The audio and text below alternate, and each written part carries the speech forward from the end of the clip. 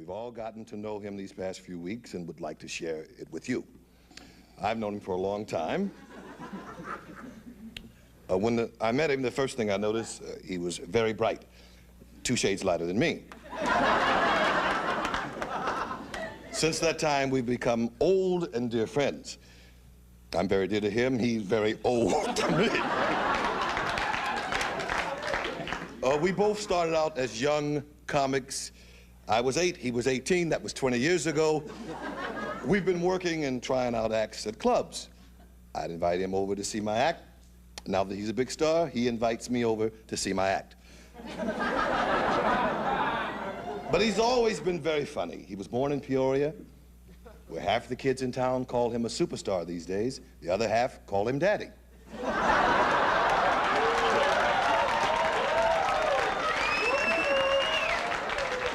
He left Peoria to pursue his career, and from the first day that America recognized him as a stand-up comic, the critics knew he had something unique. Who else would have the nerve to do Bill Cosby's entire routine? Well, the rest is history. The newest part of history is Richard's marriage. He and his lovely wife, Deborah, have invested heavy in iron and steel. She irons, he stills. Well, I could go on, but I value my life. So I'd like to introduce the first member of our team, a gentleman to my far right, Mr. Johnny Witherspoon. All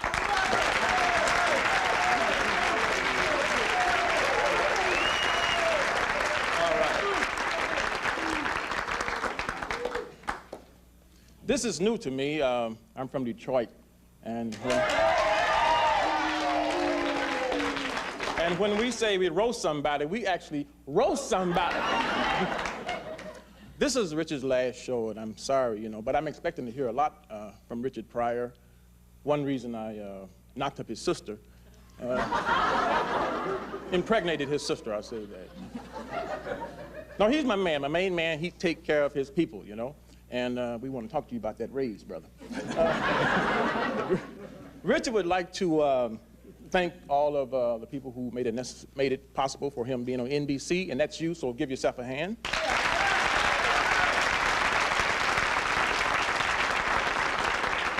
All right, and you know what NBC means? Nigger, be careful.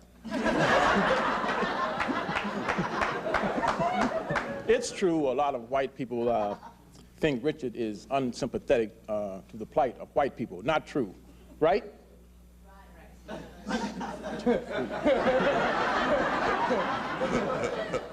No, I think he's doing a great job contributing to that plight. You still ad-lib great.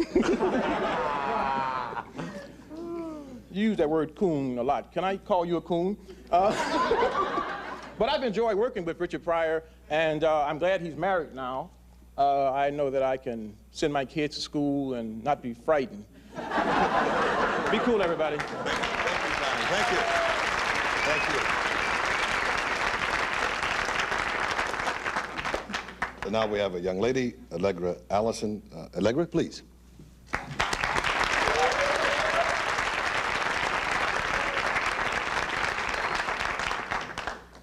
I just want to say how much I appreciate being a part of the Richard Pryor Show.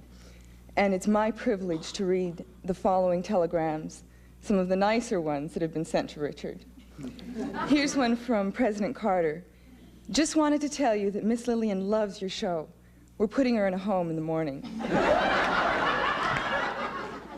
And here's another one, we just have 2.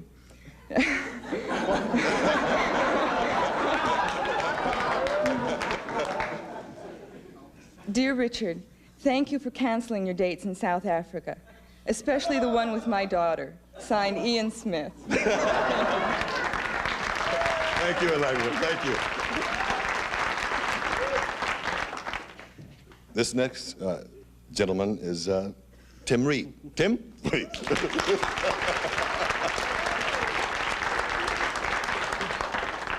Thank you, Mr. Milkman. Mooney.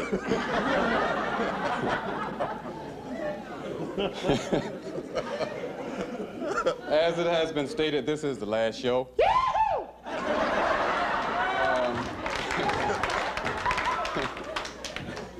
I also have a telegram here that was sent to Richard. It says, and I may read it the way it was given to me. It says, Dear Richard, it's about time that these hunkies heard the truth, brother.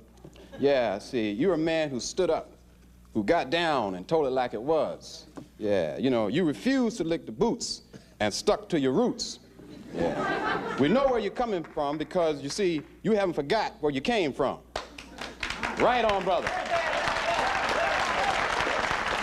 Signed, it was signed Miss Anita Bryant.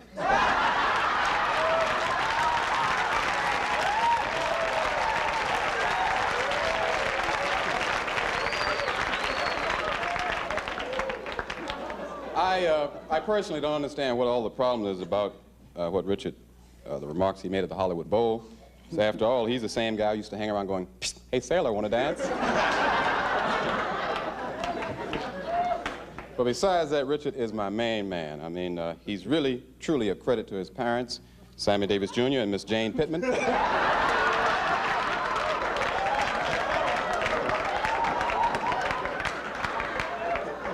And I personally would like to thank Richard for the exposure he's given me, what little of it was. And a lot of people have asked me, said, what goes into making a show like this? And I told them, a lot of hard work and a total disregard for quality.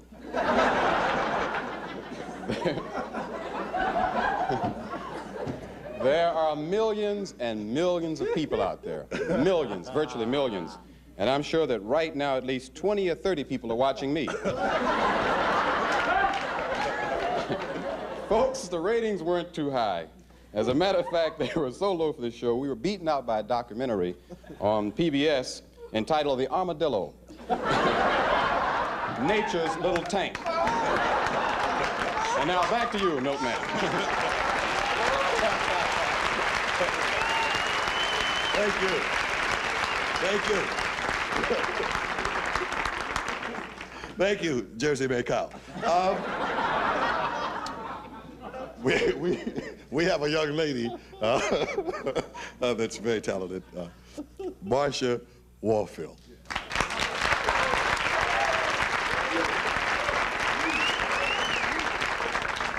Hello, how are you? That's nice.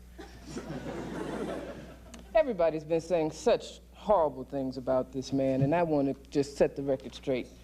Richard Pryor is a real humanitarian. He's raised a lot of money for young students. In fact, he's paid half the girls at the local high school to keep their mouths shut.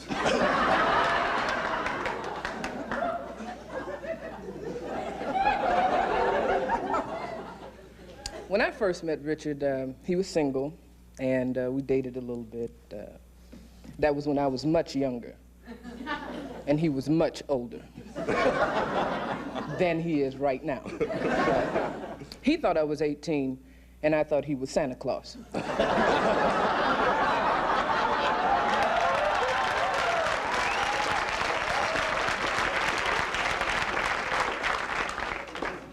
You see, that was because every time I sat on his lap, he gave me something.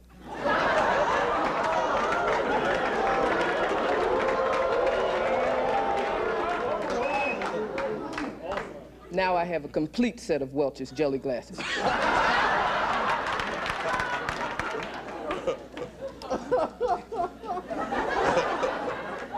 But I was amazed, I really was, that he would date me. I couldn't believe it. At that time, I wasn't his type at all. I wasn't beautiful. I wasn't sexy. I wasn't white.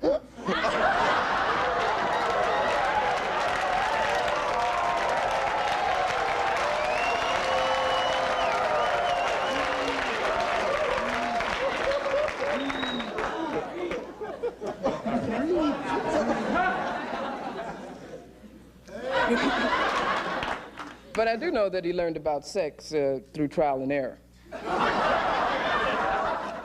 In fact, he was on trial for one of his errors.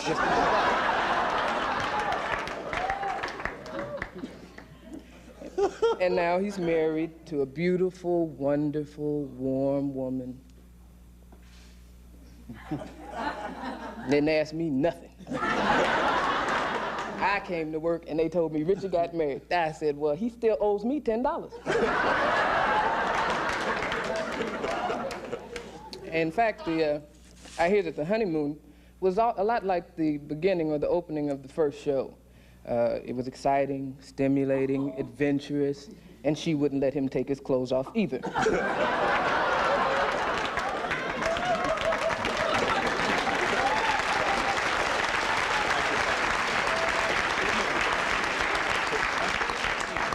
But I would just like to say I love the man very much. We're just one big happy family here. In fact, I talked to my mother this morning, and I found that he is my father. Thank you so much.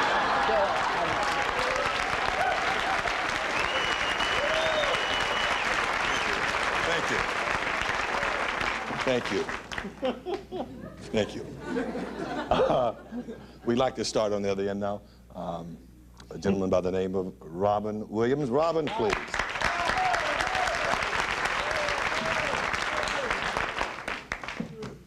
Thank you. Say what it was. Thank you. Get down, Funky. Okay, get back up. Here we go. Lolene, look at me. I'm on national TV. I'm so happy to be here, I could drop a log. Here we go. Okay. Well, boop, they bleeped that one. Here we go. I just want to say, Richard's come a long way in 18 years. Not funny, but true. Now, 18 years ago, they'd greet him in small town to, Let me take that back, okay?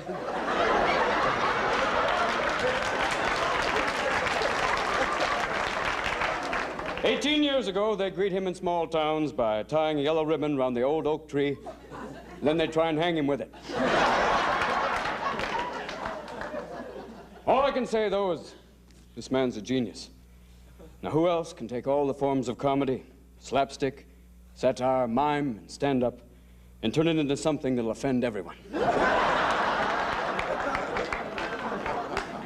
No, but this man doesn't want any frills on his show. All he wants is a loose director, a tight script, and a warm place to rehearse. Thank you, Robin. Thank you.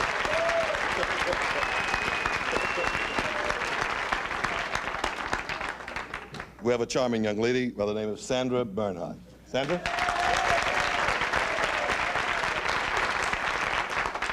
First, I want to thank Richard for allowing me to pass as white.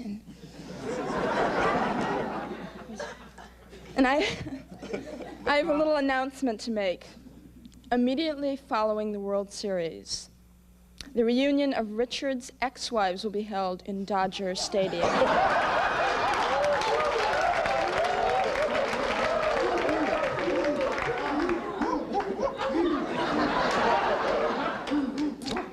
Tell me, how can anyone call Richard a racist? I can. Through my very own experience. 'Cause he made me do my Diana Ross impression. Piano Man's dead.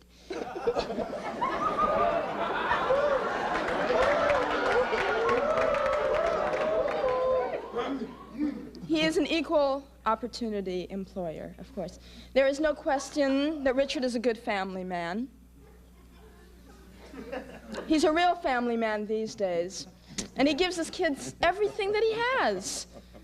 A flat nose and big lips.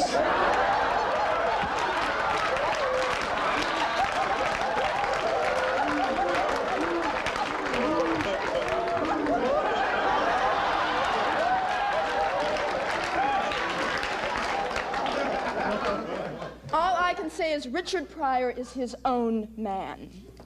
Call him wild, controversial, exciting, mad, whatever. He has never sold out. And unlike some of us, you might just simply say, he shuffles to a beat of a different drummer. Thank you, Sandra. Thank you.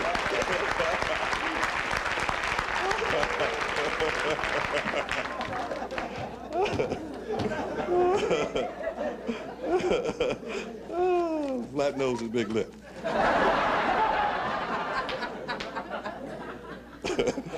Used to be a very good white friend of mine. Now, a very exciting performer, Jimmy Martinez.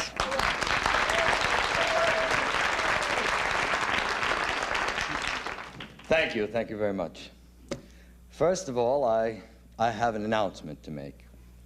The cast party for the Richard Pryor show has been canceled.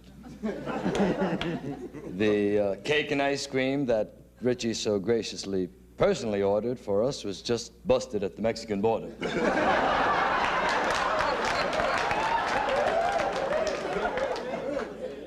I first met Ricardo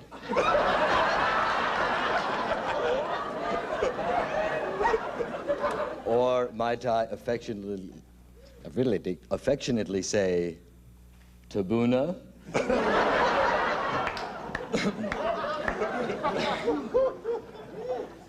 In New York, a few years back, we were working at the Improvisation. He was poor then, really poor. All he lived on was food stamps, really. And he told me, Jimmy, when I make it big, everything I have is yours. Well, he's made it big. And last week, he sent me $20 worth of food stamps. By the way, they were delicious. But Richie never forgot an old friend, never forgot me. He always hired me for all of his projects. When he got a television show, he got me on it. Fortunately, the multiple stabbings healed.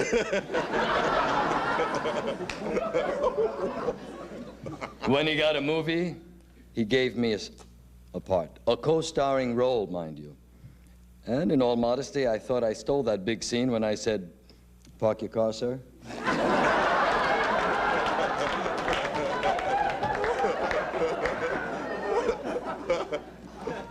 And when he got a new car, he gave me a rag to wax it with. And you know what? It was delicious. One last thing, though. Everybody's into roots. Okay. Well, I took it upon myself and I checked out Richard's roots as well as mine. And I found out that at one time, both our families were extremely close. As a matter of fact, at one time, we owned them. Thank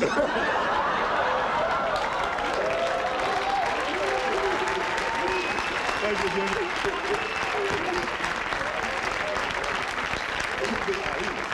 Thank you, Jimmy. Thank you.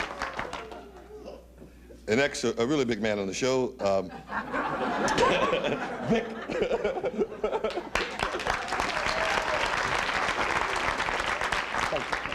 Thank you so much, Mom. What a thrill and an honor. I feel delighted to be here to roast a very special man, Richard Pryor. To give you an idea of how the big stars in Hollywood really love this man, just take a look around all the big names we have here tonight.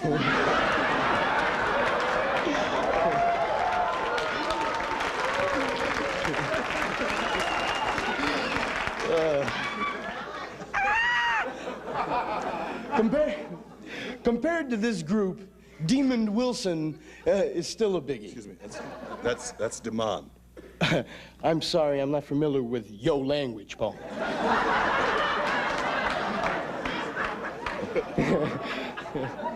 Personally, I'd like to see Richie go into politics.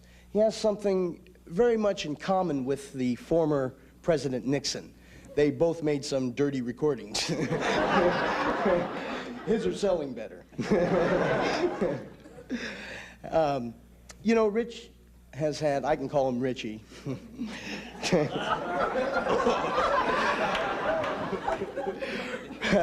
Richard has had a rough life. It hasn't been easy for him, as everybody knows. Some people were born with a silver spoon in their mouth. Richard was born with one in his nose.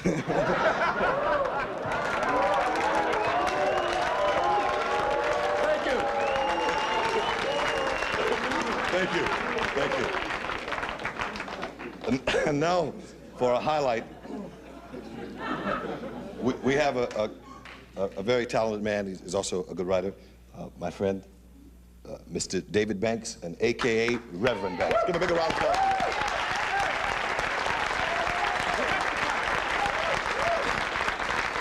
Thank you, Paul. Kind of got sharp tonight, didn't you? That's a bad suit you got on, Jack. Who shined it for you?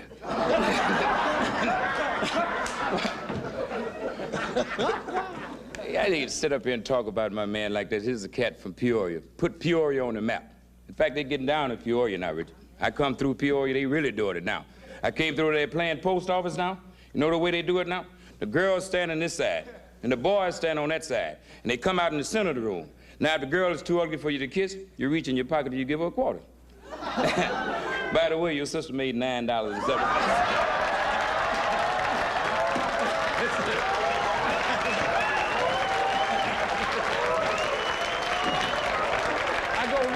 I really go a long ways back with I go a long ways back with Richard. Go back to the days of the bus, you know. When I was driving the bus and he was riding the bus, you know. In fact, things was going so bad for Richard at that time, if they were selling Los Angeles for a quarter, all he could say is, ain't that cheap. On the for real side, the best way to properly assess Richard Pryor, so that you really understand the man, is that in order to clearly understand him, you must first omit logic. Once you do that, you can get close to it, right?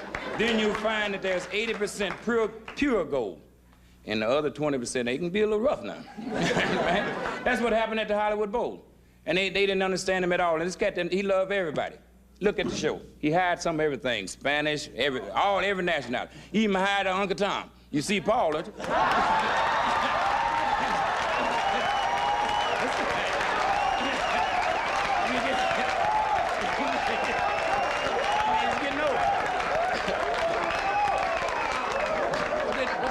Understand about Richard, you know him as a comedian and actor and so forth.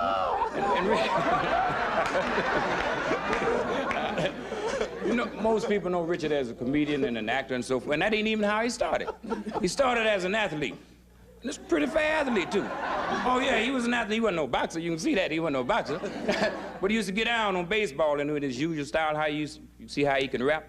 I remember that I was with him, man, out at Dodgers when they had the annual tryout for the spring training, and all the ball players came out on the field. They had this long socks, the spikes. Richard fell out on the field trying out for the team. He had on some hip huggers. San Remo boots, Big Apple hat, cocked ace deuce. You know, the man came out on the field. He said, "What do you want out here?" He said, "I came out to the ball yard, baby, to try out for the team." He said, "What position can you play?" He said, "I can handle them all." He said, "You mean you can play all positions in baseball?" He said, "Yeah, I done already told you, man, what you keep asking me for." So the man said, "Well, I'm gonna ask him 2 or 3 questions and I'll shoot him on to the exit gate." So he said, "You can play all positions in baseball, right?" He said, "Tell me, can you play third base?" He said, "I'd turn a hot corner cool." He said, "Can you play shortstop?" He said, "I pick it like pepper, you know pepper's hot."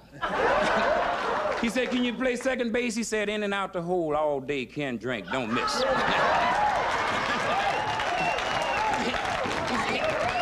He said, "Can you play first base?" He said, "When I'm on the sack, you can't throw bad, man." He said, "Can you play center field?" He said, "I covered like the morning dew, you know that's all over." He said, "Can you catch?" He said, "In the crouch, throw BBs at second base, waist high, don't miss." He said, "Can you run?" He said, "A road runner comes second."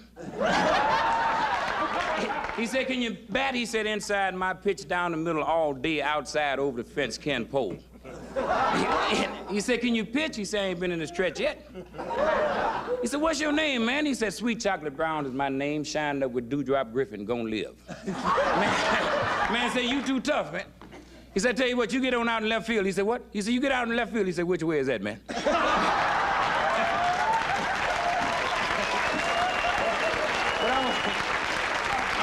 I want to say to you, my man, as your reverend, I want you to keep on keeping on. Victory is in sight. It may be so high you can't get over it. It's so wide you can't go around it. It's so deep you can't go under it. You got to go in the gate. I'm gonna tell you, in conclusion, he who sits on the red hot stove shall surely rise.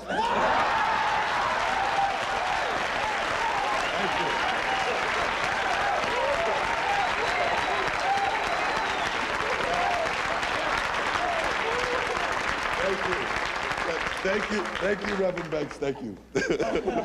Thank you for auditioning for your own show. And I remember that little comment you made about the Uncle Tom. I agree with you, but I have to say that he hired 2 Uncle Toms, because you are Uncle Remus. No, I just want to say, in conclusion, that was beautiful, Dave. That was very nice. I want to say that I want to talk about this man very seriously now, because I've known him for a long time. And Richard Pryor is a lot like a child. I'm saying that from my heart. He's a lot like a kid. And no, he is. And he's innocent in a lot of ways. In a lot of ways, he's not so innocent. But he's a beautiful human being, and I love him dearly. And I'm glad we did this. And I really mean that.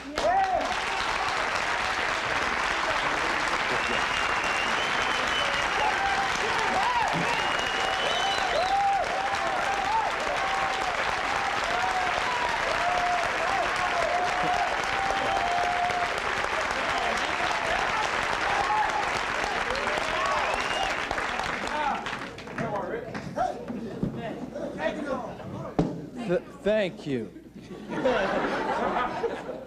I am thrilled. It's not often that amateur people get a chance to be on television, even 30 or 40 seconds, as they were. And the comments were brilliant. Spoon on the end, a man who nobody gives a shit about.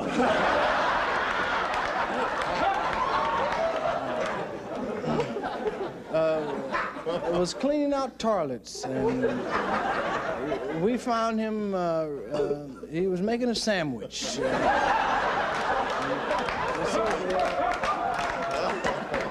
We said, Spoon, please, drop the doo-doo. Please. Please, we don't want to see black people doing this. Please come forth and join in the group of life. And he since then has become a big doorman at a fabulous hotel. If you're ever at the Hotel La Rico, you will see him there. He's there when you park the cars. He's the one with you vomit in his hand. No tip is necessary. Just regurgitate, and he will accept that fine. Next to him is a woman who's passed for white for years. Used to be a hoe in Detroit.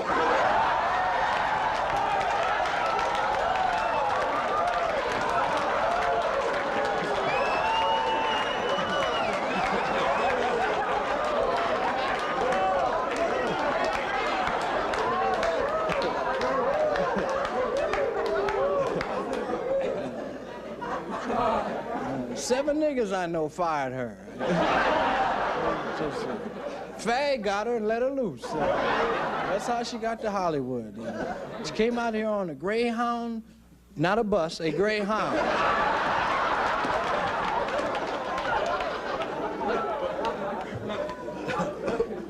Next to her is a wonderful Tim. Tim, that's a great name for a black man nowadays. It's Tim, it's for the hippie racists. It's like Tom, but it's Tim. It's the same thing. He's a really clever man. He plays with himself in movies. We discovered him in a porno film because we wanted to give him a job because he had the shortest thing of any black man in America. And we didn't want white people to know we had little ones. So we hired Timmy Boy.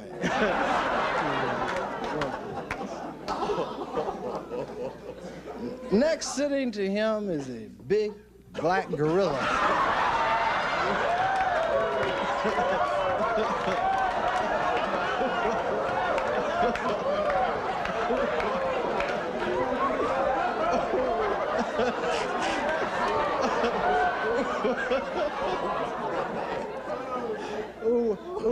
who was at the zoo one day. we fixed her hair, and she's been acting a fool ever since.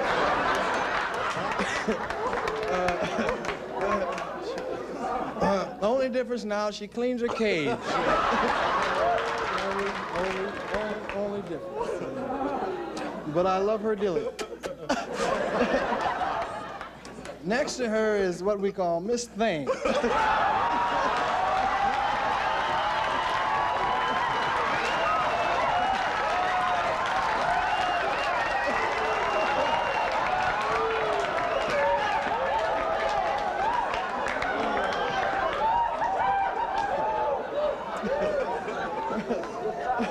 We call him that with love and affection, as all of us know.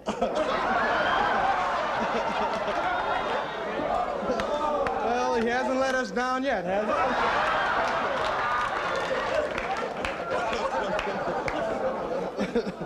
he? We've been friends a long time, and I sure wish you'd return my red handkerchief, because my wife's been wondering where it was. I hope it still has her perfume scent on it. But really, Paul, it's really been a pleasure working with you, because we worked together many years ago on the Red Fox show. We started writing together, and we walked into the office with the white man, and Paul what he did was sucked his dick.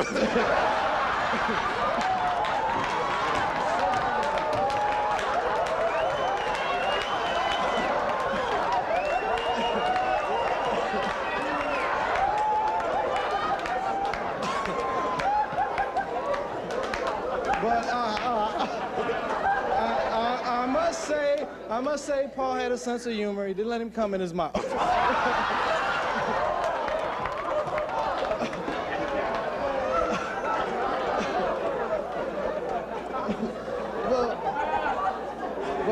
But seriously,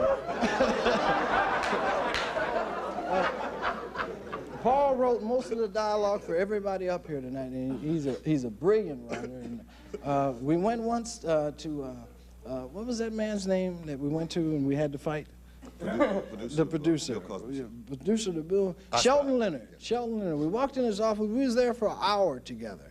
And Shelton Leonard picked our brains, and he said, thank you, and you can leave now. And I asked for the money. and Paul said, don't do that. Don't get us in no trouble now. I threatened to kick his ass, and Paul tried to join him.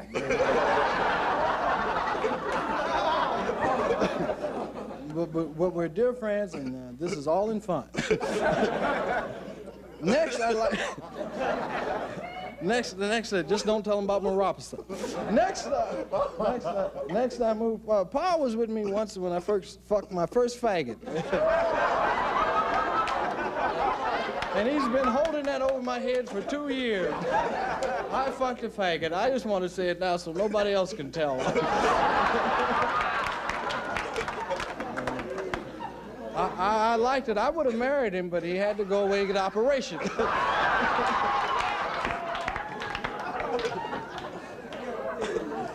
I'd like to move now, Paul, if you don't mind. To move to the other end to a white person who I give less than a shit about, who is a very brilliant man. I haven't seen anyone this funny since Jonathan Drake. Jonathan Drake, as you know, used to eat baseballs in the afternoon and fart footballs. And it's close. He's close to that. He's really funny. As you notice, he's trying out for Wolfman next week. He has all that hair on his hands, and it's obvious he jacks off funny because it's on the outside of his hands.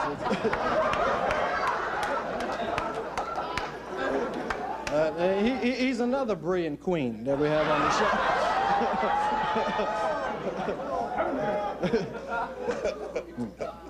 And his closet is the Hollywood Bowl.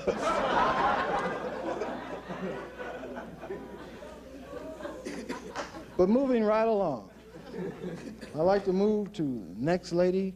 You may not can see her, but she's there. She's skinny. And, but in nowadays, they call that chic. I call it shit. It's that, thank you, and back to you wherever you want it. It's just been so great working with her because she comes up with great ideas. She's a lady that has ideas. She inspires the whole crew. It costs a lot, but we pay for it. What the hell? It's not funny, but it's good. Next to her is a dear friend of mine. Actually, I did know Jimmy in New York. We were stealing hubcaps together.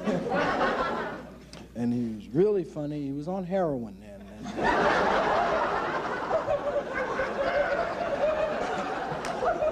I wouldn't say that he was on heroin, but if you piss on him, he would get high.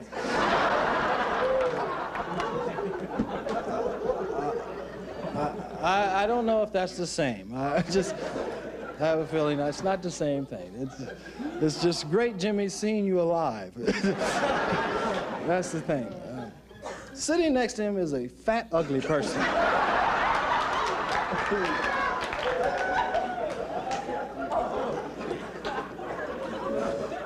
Who, without a doubt, is probably one of the ugliest white men I've ever seen in my life.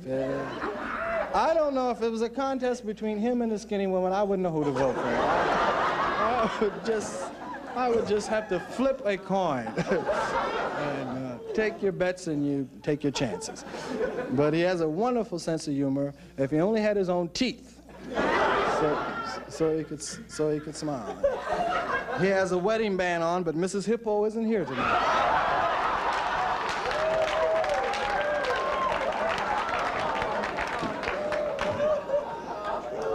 I imagine next time they roast someone, they will ad-lib.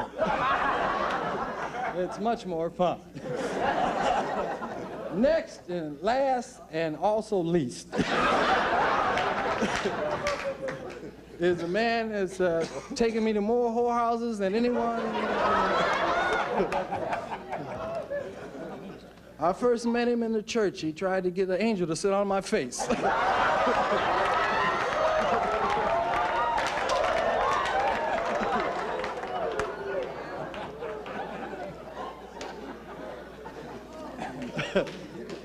He's a dear friend of mine. He has a Rolls Royce. You can see it outside. It's many colors. It looks like a rainbow.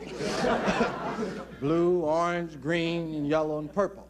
And it's very good, and it costs him an awful lot of money. His wife has to work hard to pay for them. He used to be an athlete. I believe he was, you were in the gym, weren't you? Used to do push-ups over Wilt Chamberlain.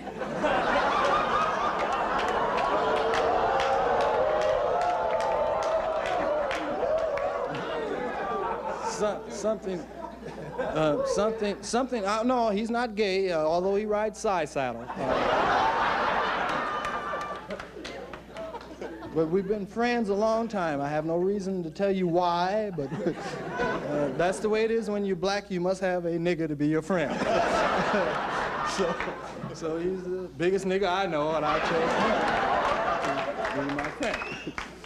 And it's just great. You dress really wonderful, Reverend. A little perspiration, or is that massingales running out of your hair?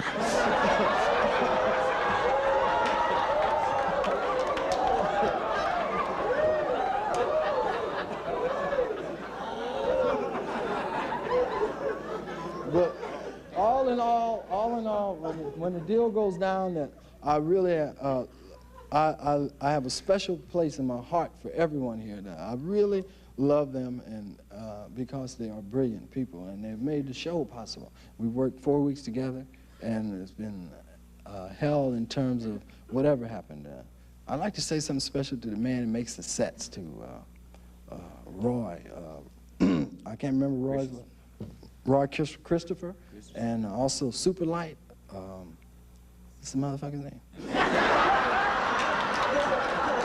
What's his name? Lights. Yeah. the lighting man, and I just don't happen to remember his name offhand. Huh? Ron Stecky. Lon Stecky. I don't give a fuck. He does his job, he gets paid. But this is the first show, as he came to me one day and said, it's the first nigger I've ever worked for. And I won't forget that line. But I also like to thank the cameraman who have done such a wonderful job and getting rid of the black cameraman. We started out with 5 black cameramen, now we have 1. It shows our progress is working. I also like to thank the people in the booth, our director,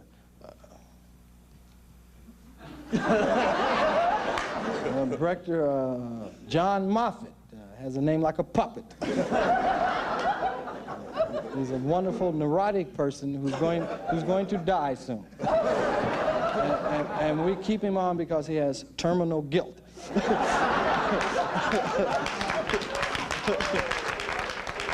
And also, I'd like to thank our associate producers, Rocco Urbasi. He's Italian, and his father said to me, "Hey, nigga, fuck around, I break your balls, okay?" And that's why Rocco's been on the show so long, and I love him dearly.